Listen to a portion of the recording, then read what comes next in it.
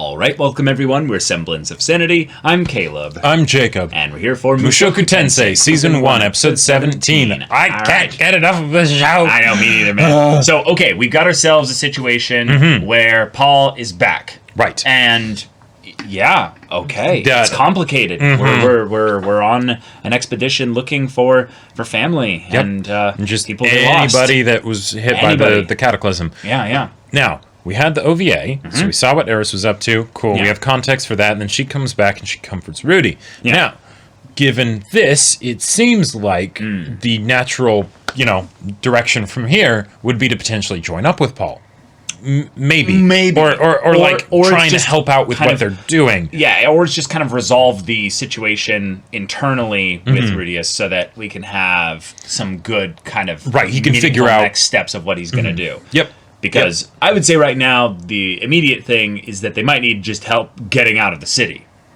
Because, they've kidnapped someone, to save him. But, that's going to be its own problem there. So I would like to see how, basically, now that the trio is all back together, how they all feel about this. Right. Because they're going to have very different, I would say, opinions on this. Yeah, we saw that Eris began basically was comforting Rudy, but we didn't see exactly how Rudeus processed everything post to that, right? Yeah, he's now it seems like he'll be in a good place to deal with this. Yeah. But we don't actually know what it's going to be. Yeah. Because God, he feels guilty, he feels frustrated, he feels angry, he feels in some ways probably a bit elated that he can now actually know a little bit about what actually went down and has at least information to act upon. But this is a really shitty situation. So y'all, without further ado, let's get into this.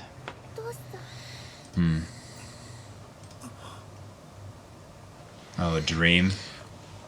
Or just when it happened. Oh shit.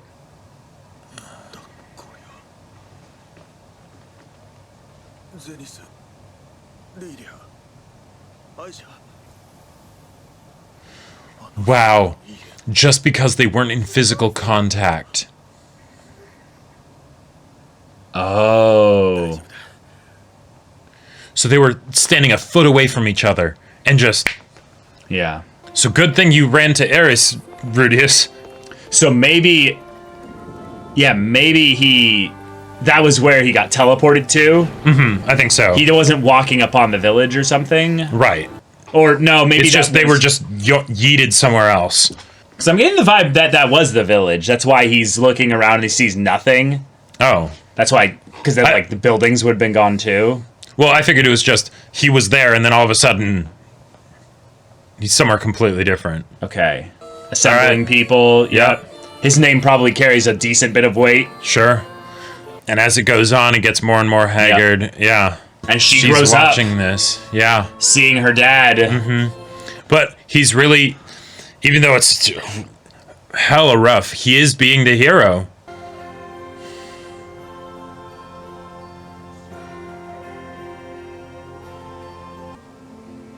Okay. Wow, yeah. That was kind of the stuff I was expecting to get from the OVA, so I'm glad that we got it there. We just breezed through that. Yeah, just montage, boom. This is Geese?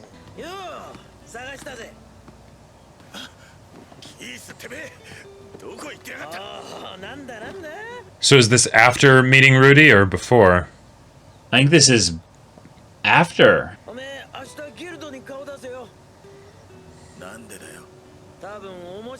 Oh. Yeah, he's already seen Rudeus. So many more drinks. Yeah.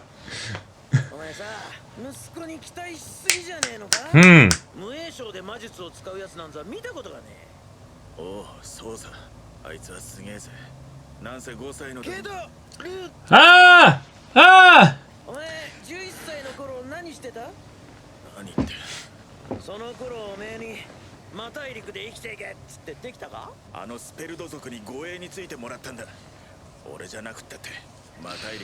Maybe. Maybe not, yeah.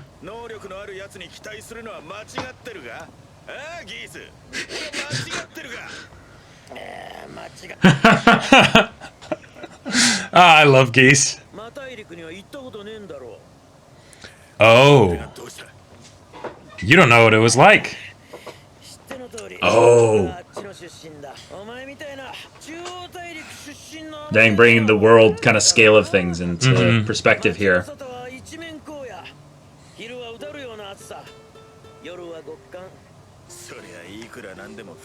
I lived there, dude. One does not simply cross the demon continent. Mm-hmm.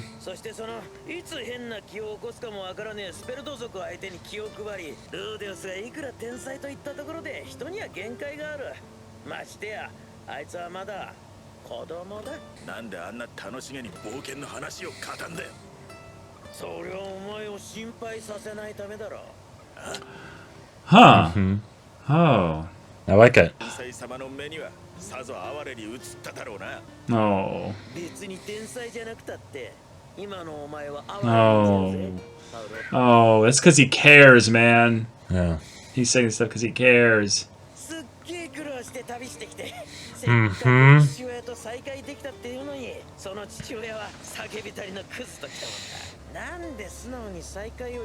Yeah. Right, even if it was an easy one. It's a really cool thing because he's kind of telling him to do this with his journey as well. You know. Wow. Yeah. Yeah. Uh-huh. That's... God, Geese was just spitting there. But I think what he's doing is really kind because he's basically saying, no, I get it, dude. You had a really rough journey. Yep. But just because of that... Don't take it out on Rudeus. Yeah, exactly.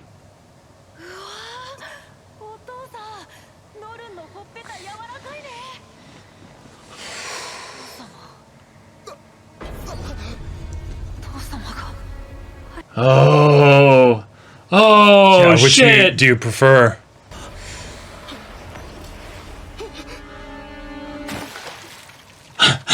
Uh-huh. Yeah. Ugh. The two versions that you could have had. Yep. But you get neither. Oh. Oh! What? What the? Oh, take me to dinner first! Holy shit!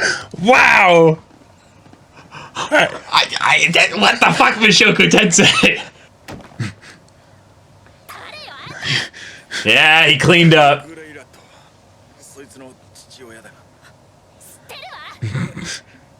wait, why'd you ask who are you? Did I stutter? Yeah, you can hear the joking kind of tone. Hold up, yeah.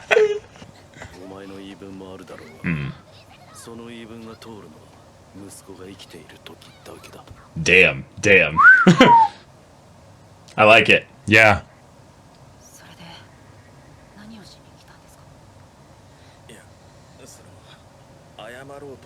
Oh, okay.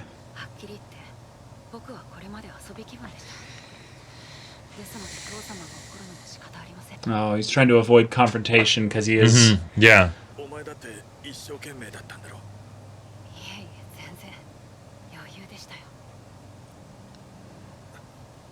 Yeah, your words took root. Yeah.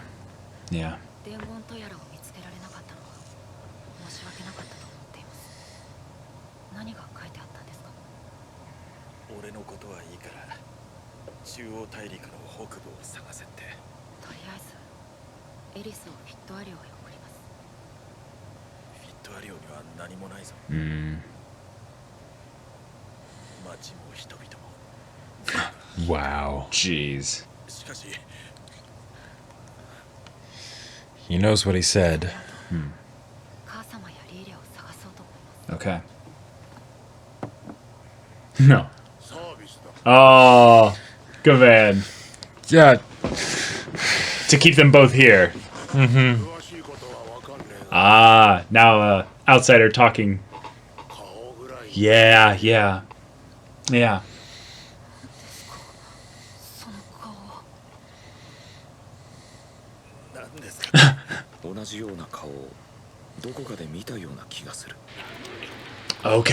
Okay.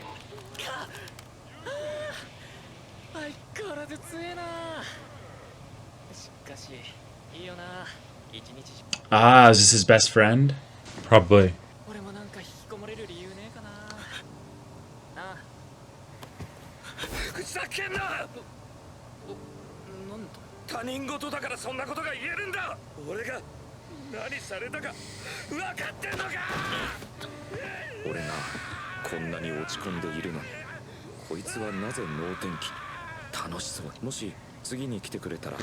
But he never did. Shit, so the face you saw was one in the mirror. Yeah. Oh, shit.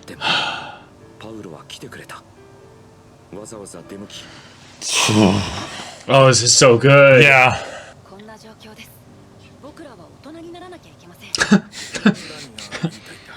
Wow.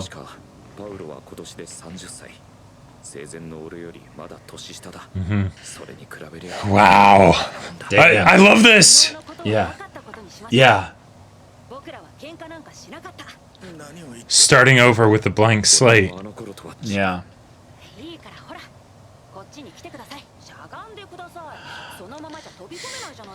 Oh.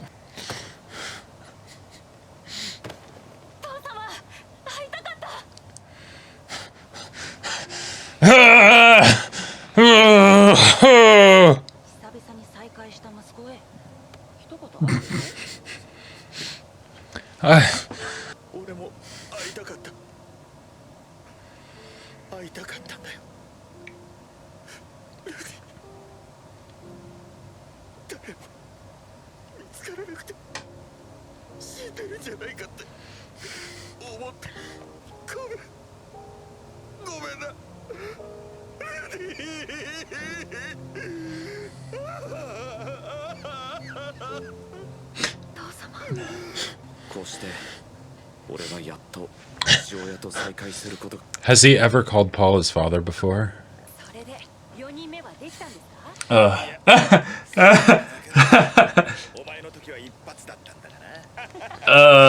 Fuck!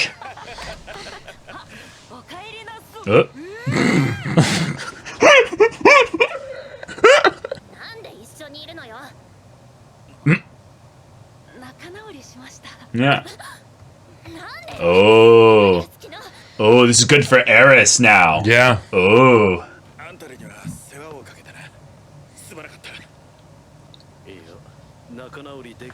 Yeah. That's what we've been getting this episode. Uh-huh.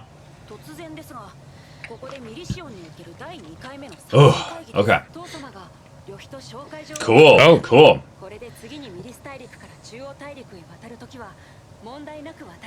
Yeah, they'll also be probably officially a part of the search expedition that's going on, just in general. Yeah, I gotta tell you what happened. It's gone.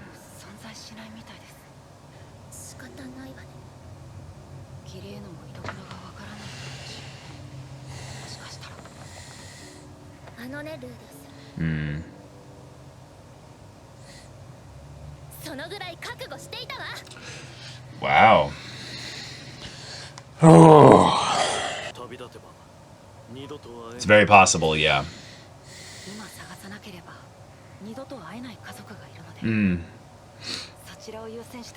All right. So which direction are we going, though? Well, if they're going to the central continent. Right, but they don't have any reason to go back to their home. Head pats from the spurred, yes. No. Ah! Okay. All right. Yeah. Great. Oh, that's fun. Ah! Geese's stealth skill is maxed out. Ah. Ah, so he's just going on his own. Yeah. Looking for them as well. Okay. Yeah. Geese is a real one. Mm-hmm. Yeah. Yeah, classic. All right. Reset.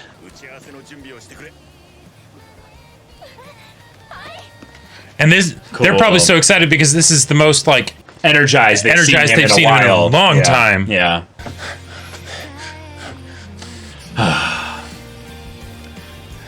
Oh my god! This episode made me so happy! I know, man. Holy shit. This show, y'all. This show. It has the wonderful high fantasy stuff. It has the action, it has the animation, it has the production values, it has the humor and all that. But it has the heart, too. Oh my god. It has the really powerful, emotionally driven character drama that we love so much. And it feels so real. Yeah. So, okay. Rudeus. Yep. Paul had a classic, mature do-over. Right. One of the things that is very, very rare I've found in anime is to literally do this. Yeah. There is a common set of there's a common phrase in anime that you've probably heard so many times, and every time I hear it, I just kind of roll my eyes. I'll never forgive you. Oh, And yet, that's not how reality works sometimes, because in family, sometimes you fuck up way more because, not because of the severity of what you did, but because you have such a tight-knit relationship with that person that anything that it calls that into question. Right. The more time you spend with the person, the more chances you have to fuck up. And the more you care about the person, the more damaging it is when you fuck up. Right. Yeah. So, and I love the way that, God, just the character dynamics and the fact that Rudy is reincarnated. Yes. I love how that comes into play here. And and Geese, holy shit, he was just sort of like a bit comedy character for me before now, and he was he was fun, But that scene where he talks to Paul, it's like, oh my god, I literally now have some kooky theories now about Geese and who he might actually be, just. The fact that he came in here so aptly timed, just basically was here. Bam. Yeah, he feels like a gangster Tom Bombadil or something, right? Where it's like, I literally think he's potentially a god just walking around casually, and he's just I do things to help people out. Like he had all that exposition about the seven whatevers, what have you, and then he just kind of showed up. Paul was turned around and suddenly Geese was there. And he knows him, but then, correct me if I'm wrong, when Rudy met Geese... Yeah, it was a random happenstance because he was in the Doldia village, caught there for reasons or what have you. Yeah, so it's how did that come about? Yeah. I love Geese's role in the story, and that he's kind of there to kind of meander about and provide a sounding board for characters to kind of have their stuff that they talk about. But the fact that we got into this really just really heavy discussion with Geese and Paul about the nature of, hey, what happened? Yeah, man, I totally get it, Paul.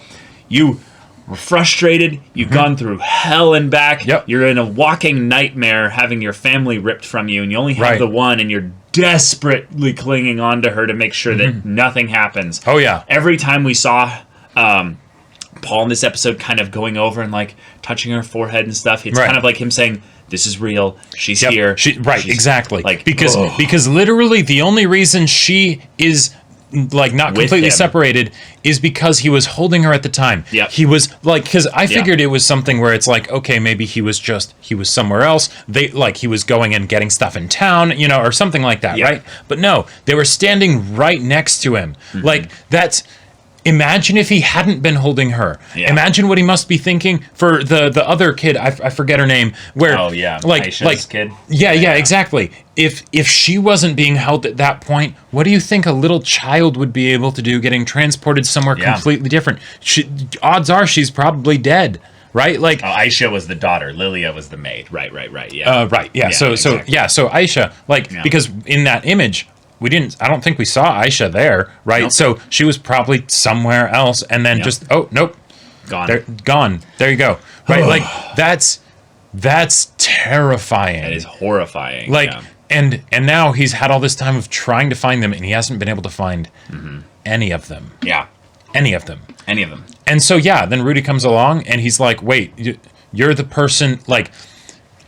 In some ways, Paul was probably in certain instances looked up to Rudeus a bit because Rudeus showed himself so competent, right? You know, almost eerily competent. Exactly, to the point that it unnerved him with the conversations that they would have and things like that. So it's but if only Rudeus were here, like maybe we'd be able to do more, right? Well, he's probably doing all kinds of stuff. Maybe I'll get some good news, you know, if I were to run into him and he'd have already found them or something, right? No. And I love the emotional realization of, oh shit, Geese kind of pointed him in this direction of, yeah, would you have preferred you saw him show up with his eyes sunken in and he looked basically half dead? Like that kind of realization of, oh yeah, that's essentially what he communicated to Rudeus of, I wish you had suffered like I had suffered, at the very least, so that I could understand what situation you've gone through, but I don't have any grid for you saying you've gone through the demon continent. I don't even know what the demon continent is like. I've never been there. Yeah. Oh yeah, I traveled with a spurred warrior. How the fuck did that happen? Right, exactly. Oh yeah, Eris was with me, so we were together all this time. Okay, so you had a companion, someone that could basically you could appear with and stuff. Exactly, but, because he cannot have that with his child, right? Because it's he has to protect her. He has to protect her, keep her calm and exactly. Not just physically protect her, but like emotionally protect her, right? And that's something wherein then he would of course know that he probably hasn't been doing the best job of that, right? Because he keep his head above water, right? He keep his head above water, right? So he has his own limits, and you know, and it's. Like so good then to have the lead back to a full-on just awkward one-on-one table conversation of where they're able to just the bartender look him in the glasses down and then look him in the face, and then the realization of the face that he saw was not one that he saw in someone else's face. It was one that he saw in himself. Like, oh my god, I love when emotional conflicts end up being resolved, because like all the best conflicts in stories are emotional conflicts at their core, right? Yes, you know, absolutely. Like they might have a physical manifestation of, you know, some dark lord or you know, some villain or something like that, right? But you know, it all gets back to the intimate stuff, right? And having something where the problem exists, but then the solution to the problem can come about from the strangest of places, where it might even be from the bad experiences that you have had. And given that this show is about fresh starts, right? And overcoming trauma. Exactly. And learning from your mistakes and stuff. Rudy being in a situation where all of that stuff happened to him and he made the same kind of mistake Paul did, that's something where it makes it makes him able to better understand Paul and be able to forgive and things like that. Totally. Right? But it also helps him realize, oh, Paul did the thing that I didn't do, right? They're covering for each other, basically. Rudy does the thing of let's talk. Hey, let's do a do-over and pretend it never happened, and we just now reunited in the title of the episode, Reunion, right? But then Paul also did the thing of, he went back to Rudeus, right? Granted, because of some help from Geese, right? He started off with saying, I want to apologize. Right, I exactly. want to make yesterday right. I don't know how, but I'm here. I want to do my part for that. Oh, that's so good. One of the things that I've seen shows do, and anime in particular, I feel like does this more than other stories. Okay. But is where when there's a conflict that happens, you'll have the person that was in the wrong basically need to apologize, but they won't actually apologize. They'll basically try and non-verbally communicate that, like, I messed up, without actually saying it, and basically treat things as if it's all good. It's okay. Right? The problem with that is that, yes, you do need to have that moment of acknowledging to yourself that you messed up, but you need to acknowledge to the other person and also the other people involved. I love that Paul also apologized to Eris and Richard. Like, that's fantastic.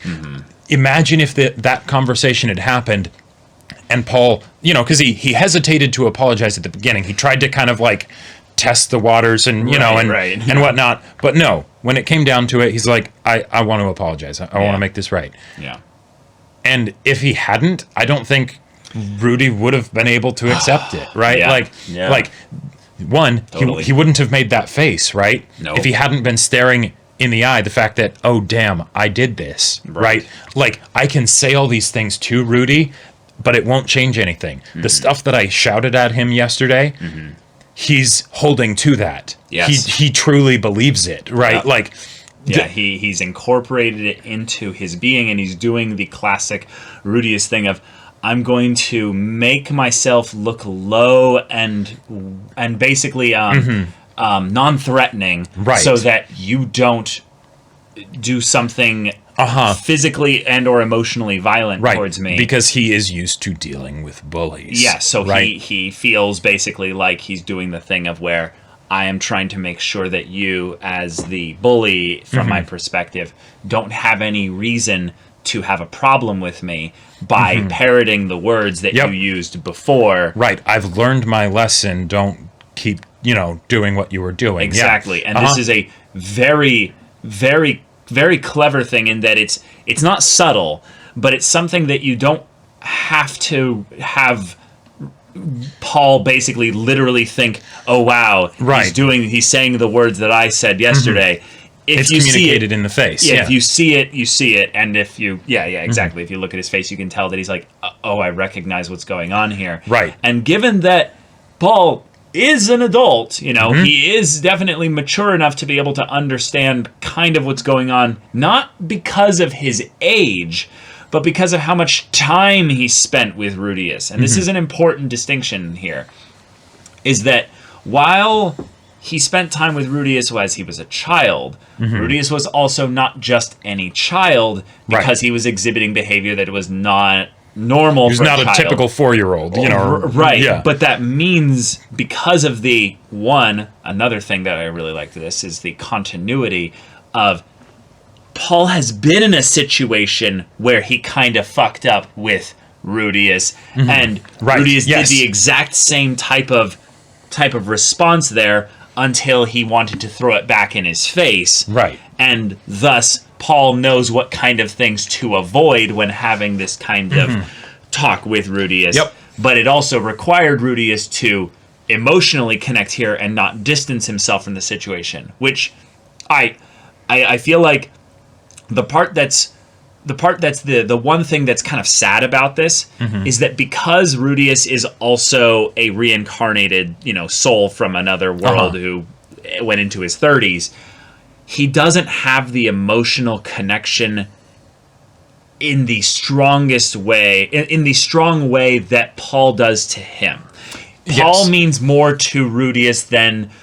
Rudeus means more to Paul than Paul means to Rudeus. Right, because, and that just makes sense. Yeah, Rudy was his first child, right? So, of course, it's... Well, also his child. And from Rudeus' perspective, he has this whole other life that he has memories attached to where he likes Paul, but he also had some scuffles with Paul. So he's not like...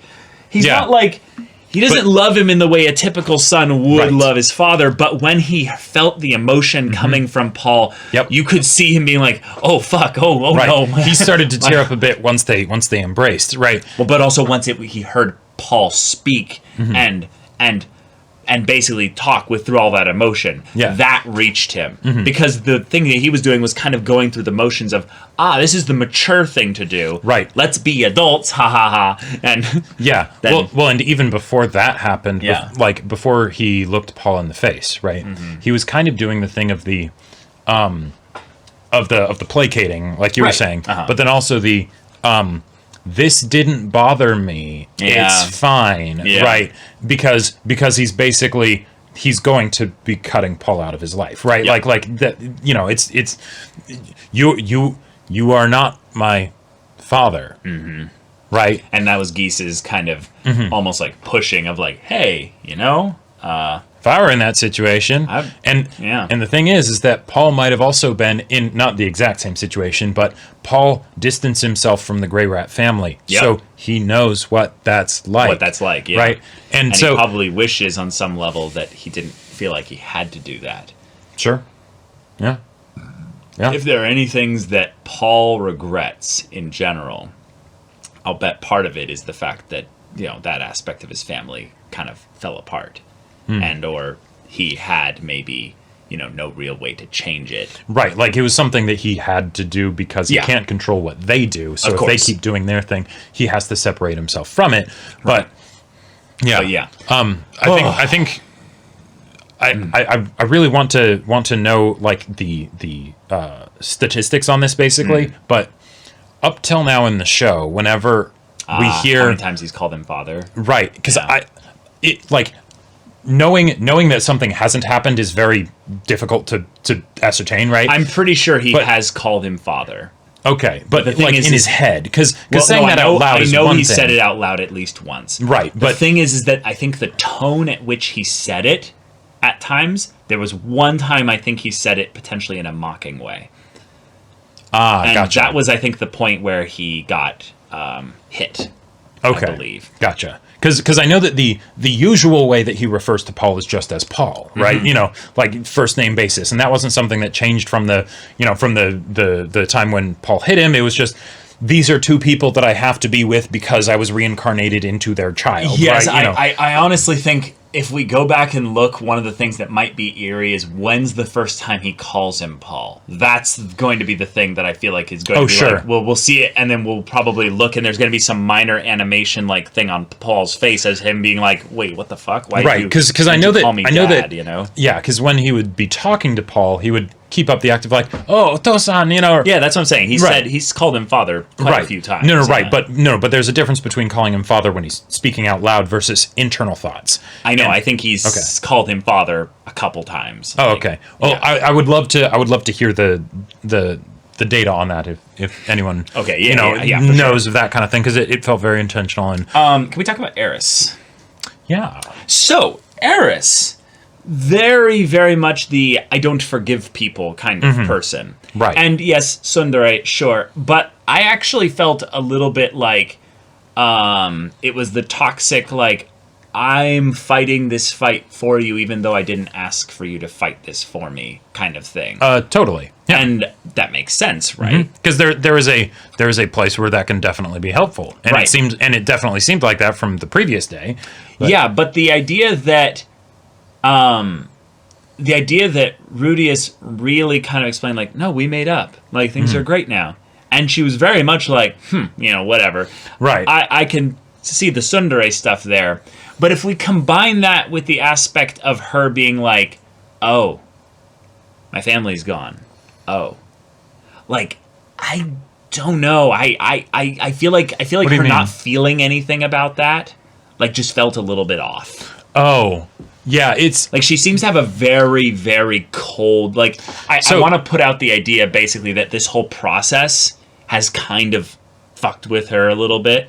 Like, this has just been a lot to deal with. Yeah, well, and she's kind of closed off a lot of her emotions. Well, okay, so I could definitely see that being the case. I would say that when she was living with her family, she wasn't exactly emotionally connecting to a lot of them anyways, and that's why Rudy had to be brought along, right? Like, because of the whole fucked up situation that was there, right? Like, okay. So, and then... Right, but I kind of chalked that up in my mind to her being a spoiled brat.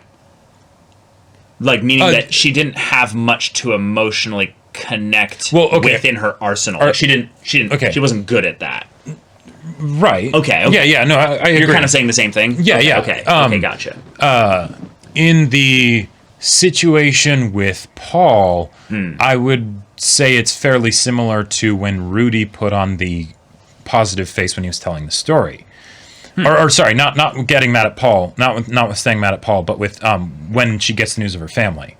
Yeah. She doesn't want Rudy to worry about her, right? Yeah. So it's fine, right? Who knows how much she was actually thinking about it? Of course, it probably would have been an idea that probably flitted around in her head at the very least at one point. But whether she had actually like come to terms with that, who's to say? We haven't seen her like have any kind of emotional struggle or conflict over the matter. So it seems like she either doesn't need to, right? Because she wasn't that attached to them or something like that. Yeah. Or she hasn't yet, but it's I feel like that's not very important right now, given the things that have been happening presently with important in the plot or important to her as a person. no, not important to the plot, because she wouldn't think about important to the plot. I know what you mean, but I can't tell if you're talking about a meta analysis. No, as a character thing, right? Because because what it felt like to me is that she's specifically not showing that or dealing with that because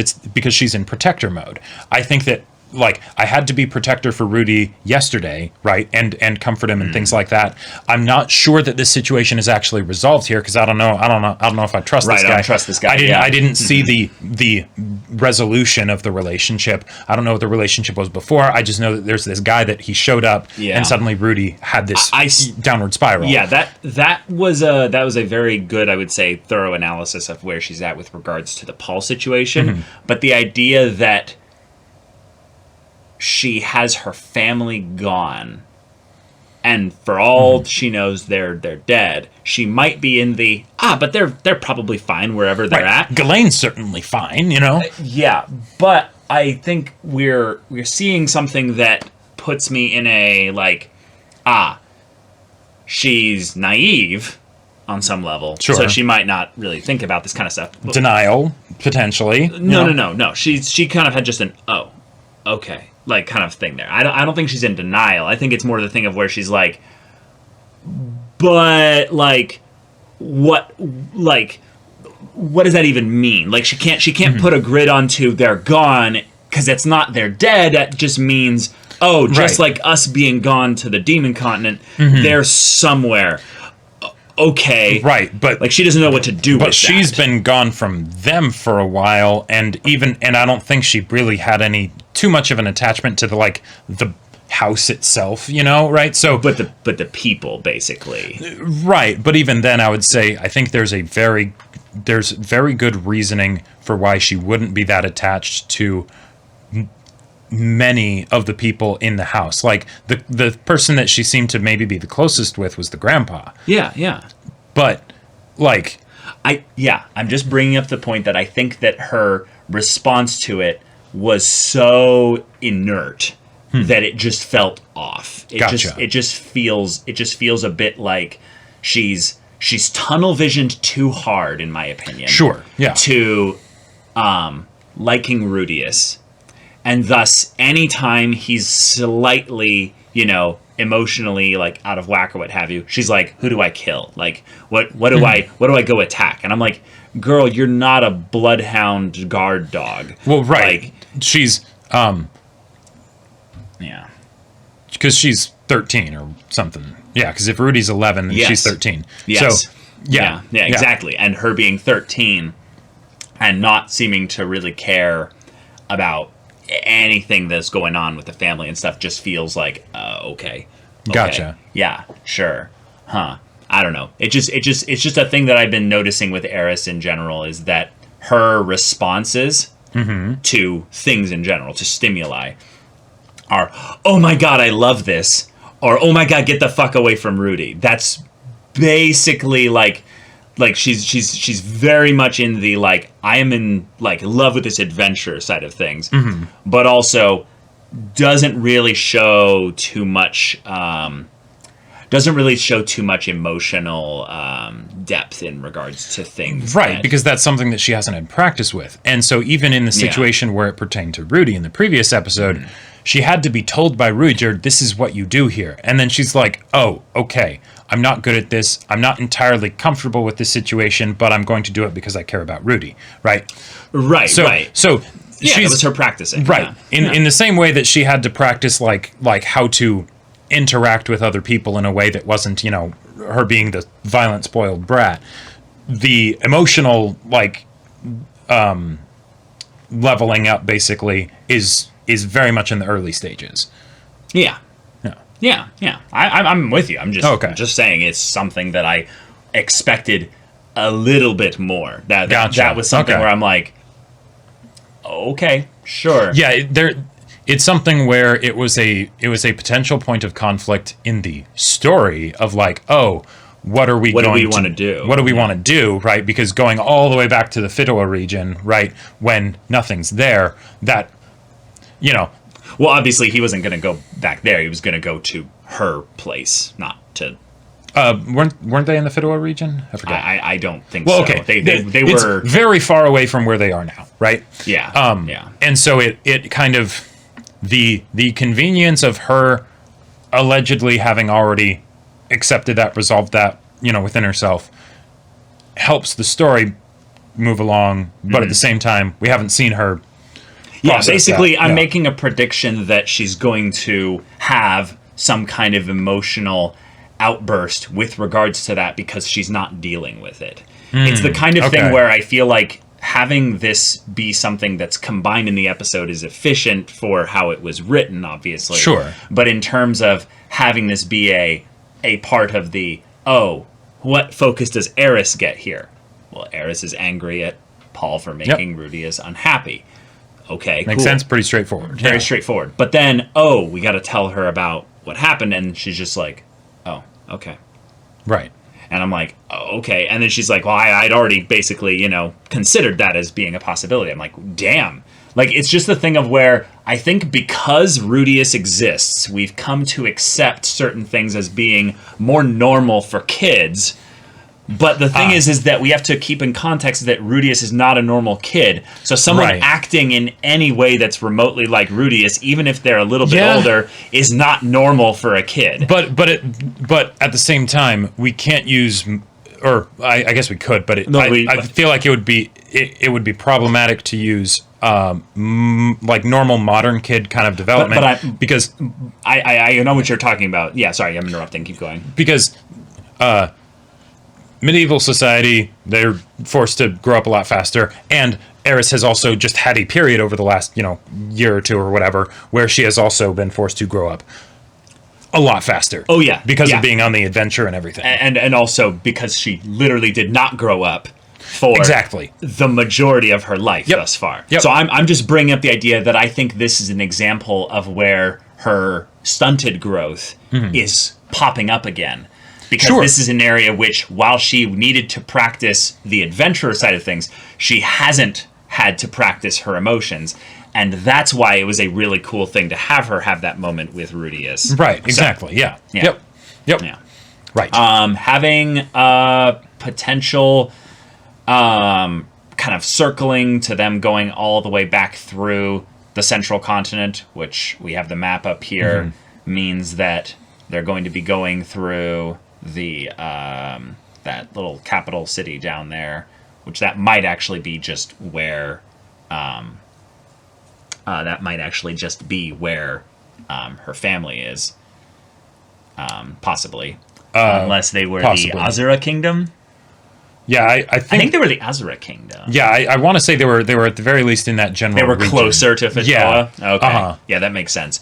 But then, as we go up through here and we head up probably to the north and stuff. Right. There's some cool areas. Cool looking places there. Yeah. Yep. I see the Renoa Kingdom, which is where Roxy went. Oh, that's right. That was the university spot. Right. Yep. So could eventually get to that. That's true. That's true. Yeah. And if they go into the north side with all the ice and everything past the mountains, that could also be very cool. Yes. But do you think we'll get that far before the season ends? Because that's a lot of traveling. It is a lot of traveling, but at the same time, they're still down here. Right, and Millis, or the Millis continent.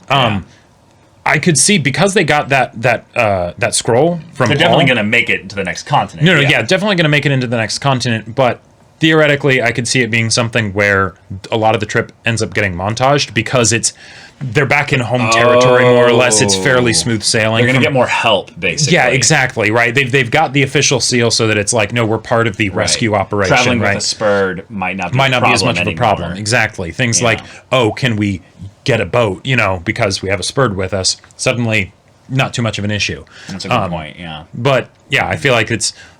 The show could do either one, right? Because the daily life stuff with these characters is fantastic, right? Wonderful. So if we want to have more journey, like travelogue stuff as they go over there, that's fine, right? The motivation of we need to find Rudy's family, right, that's lost, is plenty, right? So and because it's not direct of how they're going to solve that, Sure. like that could take them in all sorts of directions. Yeah. But at the same time, I could totally see it just skipping there and then Totally.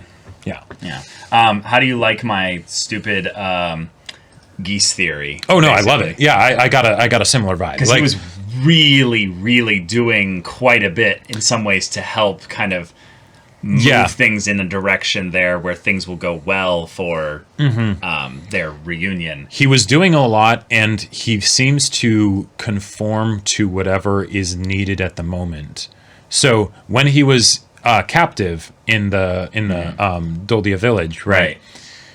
He was like, referring to Rudy as like boss and stuff like that, and it felt very like archetype of like, yes, the scrappy rogue who isn't very good, but he's like, oh yeah, I'll stick with you. Yeah, you're strong, And he could just be the bro, He's right, just, and he could totally just speedwagon. He could totally just be the bro. Yeah, but the level of like emotional intelligence he displayed there was far beyond anything I would have expected of him from based on how he's introduced. Based on how he was introduced. Well said. And then the fact that he seems to just get around to a bunch of different places just fine. And he also decides to go off by himself to a whole separate continent to do a search.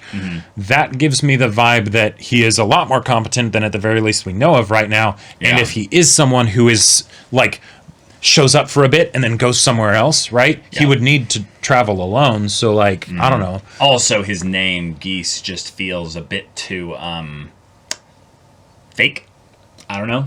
Oh, he doesn't have a last name, right? That feels like something where it's like the title or some. It's a nickname that he got from like his line of work or something, you know. But yeah.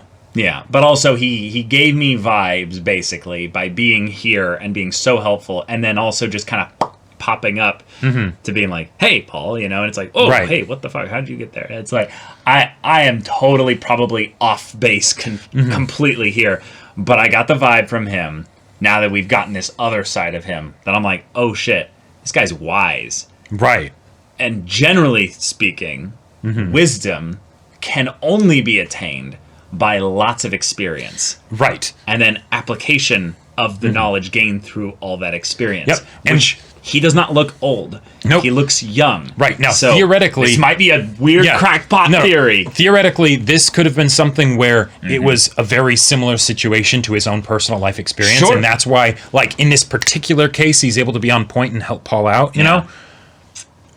And he could totally just be the bro, and that would be great. But at the same time, I could totally see it being something where in this land of gods and powerful beings and stuff, there's just some helpful person, entity or whatever, that decides to take on the form of someone called Geese and just sort of travels around and helps people out. Sure. But and I also just love the idea that in a typical high fantasy archetype there is that the wanderer, the traveler who wanders alone, is typically one of the strongest characters, but also one of the most like unassuming and not trying to make some kind of like big grand, what have you. They just want to keep going about whatever, just keep going, And given that we have a literal god who's manipulating Rudeus, I mean that's just a thing. So we can't discount the idea that Geese is just another being. He doesn't have to be anyone crazy important, but already Rudeus has been, let's see, reincarnated by a dragon god. Right, because apparently that's the one that's into the reincarnation. Yeah, sure. Then also interacted with the man god. Is that what it was? The human I believe god? so. Yeah. Yeah. Where's our info on him? Yeah. The man god. But then just in addition to that, we've got the great emperor of the demon world. That's that's also just traveling around and doing stuff. Gave him a special eye. Right. And then also the precedent is set. Right. And then the servant of Perugius came and interacted when Ghislaine was with them, and then the big event happened. And so there's tons of important people that bump into our main characters, and he doesn't necessarily know who they are or what they're doing, but... And even the important people thing aside, we have it pretty well established in this universe that even skilled adventurers die very easily Yes. if they just happen to be in a situation that they're not prepared for. Right. So traveling alone is really fucking dumb. It does sound Right? really dumb, right? Like even though we were in a time of peace earlier, we're Yeah. not in that anymore. We're It's not in that war, anymore. but it's not peace necessarily. And- there was a cataclysm. And Geese does not seem like the kind of person that is even as good as Paul, right? No. Like, so... And maybe that's it. Maybe he's just a bit of a common thief and a bit of a Right. rogue. So and he's no one slippery, really he wants knows to party with him. Yeah, and he's like, he's just good at getting by, maybe, you know, right? I die faster on my own, you know, but yeah, kooky theory. Just I'm glad we were on the same kooky page of Right. that regard here. But yeah, Paul, you're gonna do fine. You did the cheek clap. that's right. Proud That's right. of you. Proud of you, man. Like, we had an entire episode of an isekai that was just about, hey, let's have the father and son talk things through because they had an argument. It was like ReZero season 2, man. Like Yeah, those it's like, early it's episodes. That's one of my favorite episodes in ReZero. So that this episode just has quickly become one of my favorite episodes. Oh, yeah. In Mushoku Tensei. And the show does it so casually. Like, it's like, oh yeah, we can just do this again if we wanted, like with something else, you know, right? It'll be fine. Yep. But all right, y'all, thank you so much for watching this episode's reaction and discussion. If you want to see the next episode's reaction and discussion right now, though, go check out the link in the description below for our Patreon. You can get an early access there. You can watch full-length timer reactions there, and all this comes with Discord access, so you can chat with us in the community there about this show, about anime in general, and also be sure to check out our Twitch channel. We stream every weekday. The info's in the description. Yeah, so if any of that interests you, we'll see you there. But until then, we're Semblance of Sanity. I'm Caleb. I'm Jacob. And we'll see you all next time.